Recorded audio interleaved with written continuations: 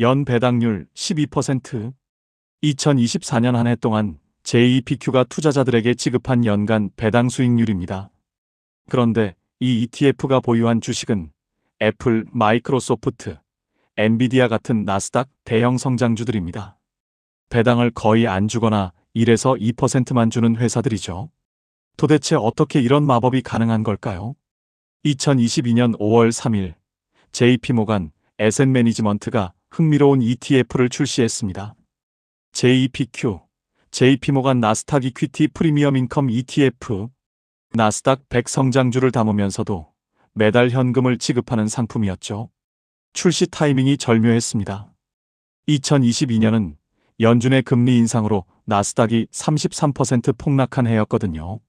성장주 투자자들이 피를 흘리던 시기에 매달 현금이 들어오는 나스닥 ETF라니 투자자들의 관심이 폭발했습니다. 사실 JP모간은 이미 1년 전인 2021년 5월에 JEPI라는 비슷한 상품을 출시해 대박을 낸 상태였습니다.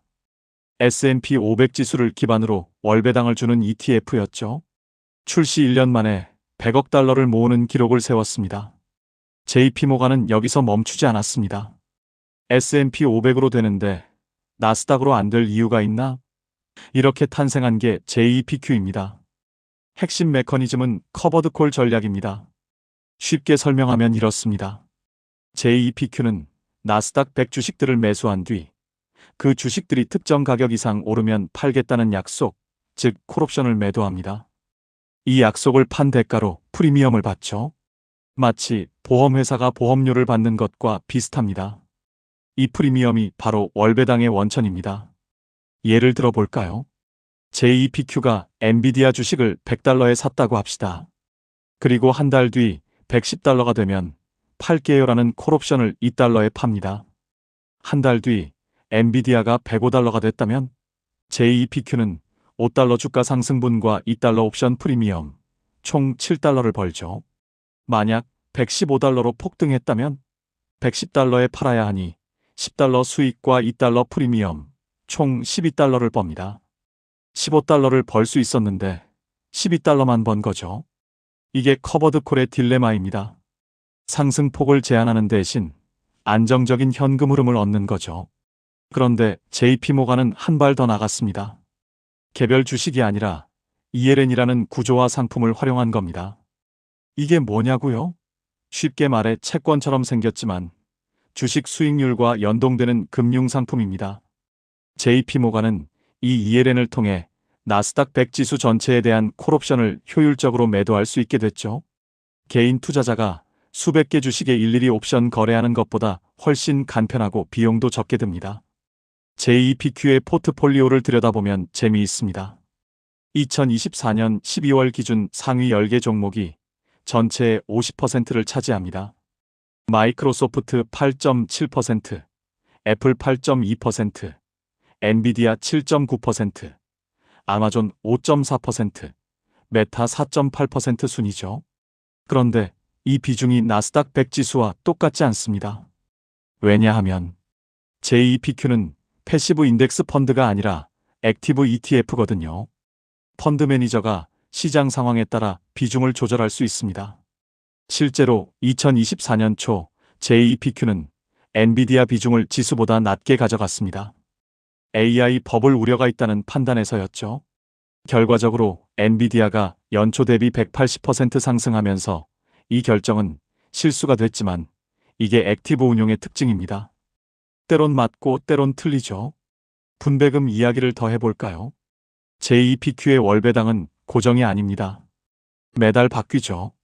2024년 1월엔 주당 0.42달러, 3월엔 0.55달러, 7월엔 0.38달러를 지급했습니다.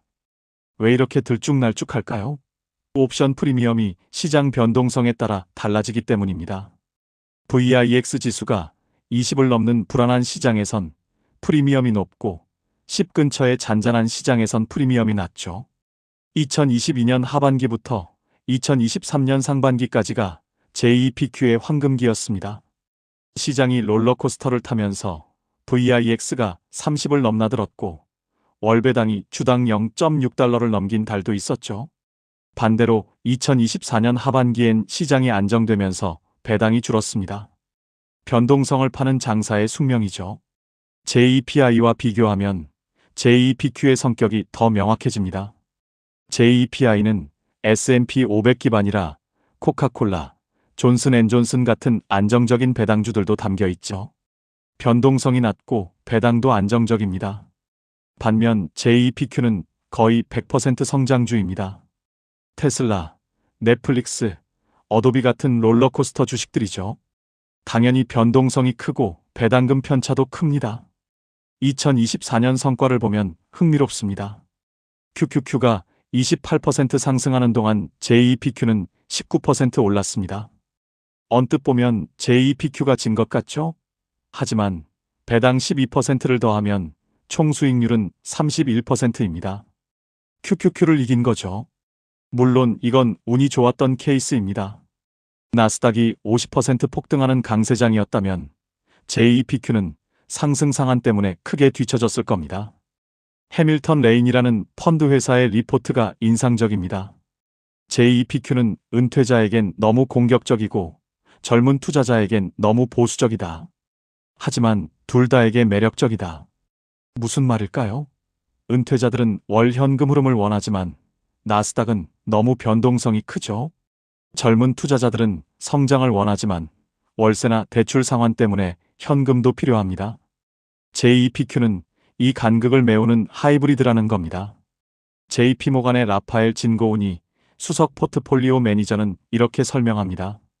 우리의 목표는 나스닥 상승의 7-80%를 포착하면서 변동성의 5-60%만 감수하는 것입니다. 완벽한 해지는 아니지만 합리적인 타협점이죠. 실제로 2022년 나스닥 폭락장에서 JEPQ의 방어력이 빛났습니다. QQQ가 33% 하락할 때 JEPQ는 21%만 떨어졌죠. 월배당이 쿠션 역할을 한 겁니다. 물론 2023년 반등장에선 QQQ가 54% 오를 때 JEPQ는 35% 상승에 그쳤습니다. 위는 막히고 아래는 덜 아픈 전략의 전형이죠. 경쟁 상품들도 속속 등장하고 있습니다. 글로벌엑스의 QILD는 나스닥 100에 100% 커버드 콜을 쓰는 더 공격적인 전략이죠. 월배당이 더 높지만 상승 여력이 거의 없습니다. 반면 NUSI는 풋옵션까지 사서 하방을 완전히 막는 보수적 전략입니다. 배당은 적지만 안정성이 높죠. JEPQ는 이 둘의 중간쯤에 위치합니다. 2024년 12월 기준 JEPQ의 운용자산은 180억 달러를 돌파했습니다. 출시 2년 반 만에 어마어마한 성장이죠. 특히 2024년 한 해에만 100억 달러가 유입됐습니다. 왜 이렇게 인기가 폭발했을까요? 첫째, 금리 인하 기대감입니다. 5% 머니마켓 금리가 3%대로 떨어지면서 대체 수익원을 찾는 자금이 몰렸죠. 둘째, AI 붐입니다. 나스닥 성장주에 투자하고 싶지만 변동성이 부담스러운 투자자들이 JEPQ를 선택했습니다. 셋째, 월배당 트렌드입니다. 젊은 투자자들 사이에서 월급 같은 배당이 인기를 끌면서 JEPQ가 주목받았죠. 물론 리스크도 있습니다. 가장 큰 리스크는 장기 횡보장입니다. 나스닥이 5년간 제자리라면 프리미엄도 줄고 주가 상승도 없어 최악의 시나리오가 됩니다. 둘째는 급등장 놓치기입니다. 2020년 같은 대세 상승장이 오면 JEPQ 투자자들은 땅을 치고 후회할 겁니다. 셋째는 섹터 리스크입니다. 빅테크 규제나 AI 버블 붕괴 같은 이벤트가 터지면 JEPQ도 직격탄을 맞죠. 모닝스타의 벤 존슨은 이런 평가를 내렸습니다. JEPQ는 훌륭한 도구지만 만능은 아니다. 전체 포트폴리오의 일부로 활용할 때 가장 효과적이다. 실제로 많은 투자자들이 QQQ 50%, JEPQ 50%로 배분하는 바벨 전략을 쓰고 있습니다. 상승장에선 QQQ가, 조정장에선 JEPQ가 빛나는 구조죠. 최근 JP모간은 JEPQ의 성공에 힘입어 새로운 상품들을 준비 중입니다. 러셀 2000 소형주 버전, 국제주식 버전, 심지어 비트코인 커버드 콜 ETF까지 검토한다는 소문이 있죠. 월배당 ETF 시장이 얼마나 뜨거운지 보여주는 대목입니다. JEPQ를 한 문장으로 정리하면 이렇습니다. 나스닥 성장주에 질주하는 말에 재갈을 물려 월배당이라는 마찰을 끄는 ETF. 빠른 속도를 포기하는 대신 안정적인 현금 흐름을 얻는 거죠. 투자의 정답은 없습니다. 20대 젊은이에겐 QQQ가, 60대 은퇴자에겐 JEPI가 맞을 수 있죠. JEPQ는 그 중간 어딘가 성장도 포기할 수 없고 현금도 필요한 투자자들을 위한 선택지입니다.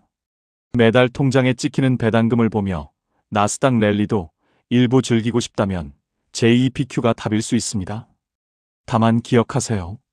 월 1% 배당의 비밀은 상승 포기입니다. 엔비디아가 하늘로 치솟을 때 JEPQ는 중간에서 내려야 합니다. 그게 싫다면 QQQ를 사세요. 하지만 매달 월세를 내야 하고 노후 준비도 해야 하고 그래도 테크 주식은 놓치기 싫다면 JEPQ가 당신의 포트폴리오에서 흥미로운 역할을 할 겁니다.